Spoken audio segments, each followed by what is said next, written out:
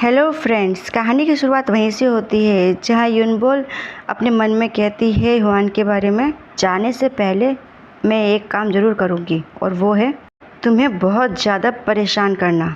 और फिर हम देखते हैं हुआन का गार्ड उसे कहता है, बॉस मैं थोड़ा सरप्राइज़ हो गया था जो कि आपने कुछ देर पहले किया, वो एकदम अनएक्सपेक्टेड था। अब तक आप किसी भी यंग लेडी के साथ पर्सनली नहीं गए, क्या आप मिस यूनबोल के लिए वरीड हैं? और हुआन मन में सोचता है, मैं वरीड? और फिर हुआन अपने बचपन की यादों में चला जाता है जहाँ पर कि कोई यूनबोल से कहता है, यूनबोल अपने ब्रदर को ग्रीट करो। और यूनबोल हुआन के तरफ बढ़ते हुए हंसते हुए कहती है, हेलो ब्रदर। ये 12 साल पहले की बात है। मेरी माँ मर चुकी थी और मेरे पिता ने दूसरी शादी की और मेरे पिता ने उस महिला से शादी की जो कि अपने बेटे से काफ़ी मिलती जुलती थी। उस औरत की बेटी का नाम था छा यूनबोल। जब भी मैं उन लोगों को साथ में देखता था और मैं अपने बढ़ते हुए गुस्से को रोक नहीं पाता था। हालांकि यंग छा यूनबोल ने अपने दिमाग में ये बैठा रखा था कि उसने कुछ गलत नहीं किया, तो इसीलिए मैंने उसे इग्नोर करना शुरू कर दिया। पर फिर उसकी माँ जब तक जिंदी थी वे मुझसे बहुत प्यार करती थी और जब यूनबोल ने मनमाने तरीके से फूल नष्ट कर दिए। और फिर यूनबोल पानी में भीगते हुए रोते हुए युहान से कहती है, आखिर मैं ऐसा क्या करूं कि तुम मेरे बन जाओ। और वो मेरे सामने ही बहुत बुरी तरह से रो रही थी और जब मैंने उस रोती हुई लड़की की आंखों में देखा तो मैंने पाया एक सेल्फिश ऑब्सेशन मेरे लिए और मेरा दिल उसके तरफ विचलित हो गया। पर फिर वो आई और उसने दिखावा किया कि उसे अब मुझ में कोई इंटरेस्ट नहीं है और ये देख के ऐसा लगता है जैसे कि वो कोई और होने का नाटक कर रही है और अब तुम सफल हो गई मेरा अटेंशन पाने में। और बाहर हमें यूनबोल दिखती है जो कि मन में सोचते हुए जा रही होती है और चलते हुए सोचती है, भले ही मैंने मूल उपन्यास पढ़ लिया हो पर मैं ये सोच रही हूँ कि ये जो भी हो रहा है क्या मूल उपन्यास जैसा ही हो रहा है। और ये सोचते हुए यूनबोल पार्टी में पहुँच जाती है। इतना भव्य पार्टी देख के वो शौक हो जाती है और वो मन में कहती है, हाय क्या ये कुछ ज़्यादा ही नहीं है।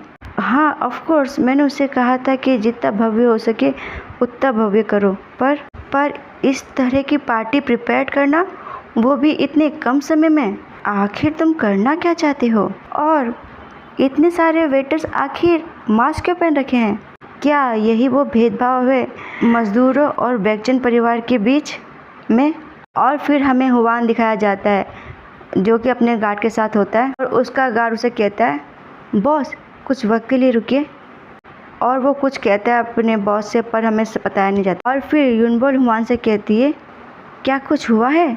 और हुआन उसको कहता है, नहीं अभी तो कोई ख़ास मैटर नहीं है। फिर हुआन ब्योल को कहता है, पार्टी के दौरान कभी भी जीवन का साथ मत छोड़ना। और ब्योल कहती है, क्या जीवन तो हमेशा ही तुम्हारी साइड है। और हुआन कहता है, हाँ ऑल राइट, तो इसका मतलब ये है कि तुम आज के रात मेरे साइड हो। और ये बात कुछ ब्योल को समझ नहीं आती है और वह घबराते हुए मन में कहती है, हुआन का हाथ पकड़े हुए, ये तो पूरी तरह से मनमानी है। और अपने आप को कहती है, नहीं रुको छा यूनबोल, बस इंतज़ार करो इस पार्टी के सेफली ख़त्म होने का और फिर बस मैं अपने पैसे लूँगी और यहाँ से चली जाऊँगी और उसके बाद मैं सोचूँगी कि मुझे क्या करना है। और मुझे इस दुनिया में फिर से इन मेन कैरेक्टर्स के बीच में शामिल नहीं होना चाहिए। तो चलो अब एक दिन और इंतज़ार कर लेते हैं। और फिर हम देखते हैं कि कोई हुआन से कहता है, मिस्टर बेक आपसे मिलना मेरे लिए बहुत सम्मान की बात है, क्या आपको पिछला प्रोजेक्ट याद है। और ये सब देखते हुए ब्योल ड्रिंक पीते हुए सोचती है, तुम जहाँ पर भी जाओ तुम्हें दूसरे लोग घेर ही लेते हैं। हर कोई बाक हवन के साथ खड़े होने के लिए उत्सुक है। वैसे देखा जाए तो ये नेचुरल है क्योंकि ये ऑर्गेनाइजेशन का बॉस जो है। और तभी उसके सामने कोई आ जाता है जिससे कि ब्योल के मुंह से निकलता है, हाँ ओ माय मिस यूनबोल। मुस्कुराते हुए ब्योल से कहती है, काफ़ी दिन हो गए हमने एक दूसरे को नहीं देखा। क्या? और ये औरत कौन है। और इसने कहा कि लॉन्ग टाइम, क्या हम लोग एक दूसरे को जानते हैं। और फिर ब्योल कहती है, यस। और फिर वो औरत बियोल से कहती है, ओह देखो तो ये क्या है। और बियोल के पास आके चिढ़ते हुए उसे कहती है, आखिर ये क्या एक्सप्रेशन है जिससे कि लग रहा है कि तुम्हें कुछ पता ही नहीं है। और ये बहुत दुख की बात है ना। और उसका ऐसे कहने की वजह से युनबोल थोड़ा घबरा जाती है। और फिर वो औरत कहती है, मुझे लगता है कि मेरा सर अभी भी दर्द करता है उस वक्त से जब युनबोल ने मेरे बाल खींचे थे।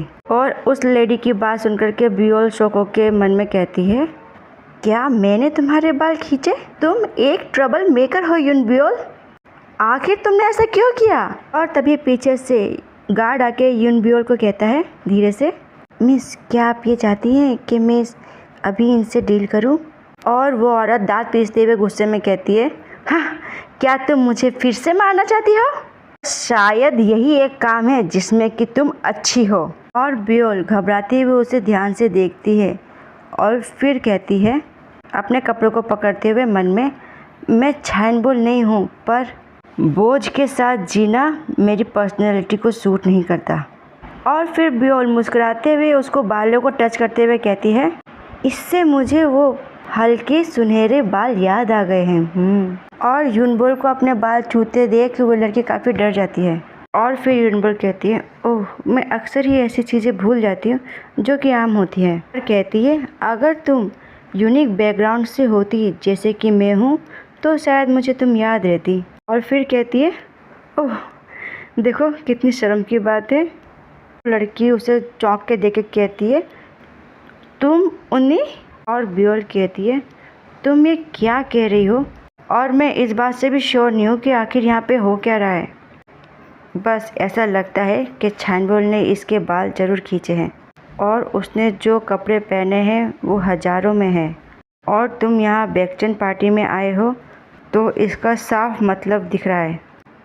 और बियोल उसका मुंह पकड़ते हुए उससे कहती है, मुझे माफ़ करना, पर तुम मेरे भाई के टाइप की नहीं हो। और उसको हाथ से बाय करते हुए कहती है, तो इस बात को समझो और अपने घर जाओ। और बियोल की यह बात सुनकर के वो लड़की शॉक हो जाती है और कहती है, क्या? और कहती है, तुम पागल औरत, आखिर तुम यहाँ पे फिर से क्यों आई? और फिर हम देखते हैं कि बियोल अपनी वाइन का ग्लास पकड़े हुए जाते हुए मन में कहती है, वैसे भी बैकचंद में बहुत सारे अजनबी लोग हैं तो अभी के लिए इतना काफ़ी होना चाहिए। वैसे भी बैक हावोन यहाँ है तो मैं ज़्यादा हंगामा नहीं कर सकती। और अब विदाई पार्टी धीरे धीरे ख़त्म होने वाली है, जब तक कि इसका अंत अच्छा हो। ऐसा सोचते हुए वे आगे कदम बढ़ाती तभी उसके पैर से कोई दूसरा पैर टकरा जाता है और वे चौंकते हुए कहती है, क्या? और फिर हम देखते हैं कि बियोल के हाथ से उसका वाइन का गिलास गिर के टूट जाता है। और बियोल का गार्ड उसे पकड़ते हुए कहता है, क्या हुआ मिस, आप ठीक तो हैं? क्या आपको कहीं पे हर्ट हुआ है? और बियोल बस उस इंसान को देख रही होती है जिससे कि वो टकराई होती है और वो मन में कहती है, ये क्या था? ये कोई गलती नहीं, ये जानबूझ करके किया गया है। पर क्यों? और फिर हमें वो शख्स दिखता है जो कि मास्क लगाए हुए होता है और वो बियोल को कहता है, ओह मुझे माफ़ करना, अब मैं क्या करूं? वो बियोल को देखते हुए कहता है, मुझे माफ़ करना, ये मेरी गलती है। और बियोल उसको देखते हुए मन में कहती है, वेट अ मिनट, वो पीले बाल जो कि लगभग सफ़ेद हैं, नहीं ये नहीं हो सकता, ये इस स्टोरी का दूसरा मेन कैरेक्टर है। और घबराते हुए कहती है, यो जी योम। और यहीं पे ये पाठ होता है समाप्त। धन्यवाद।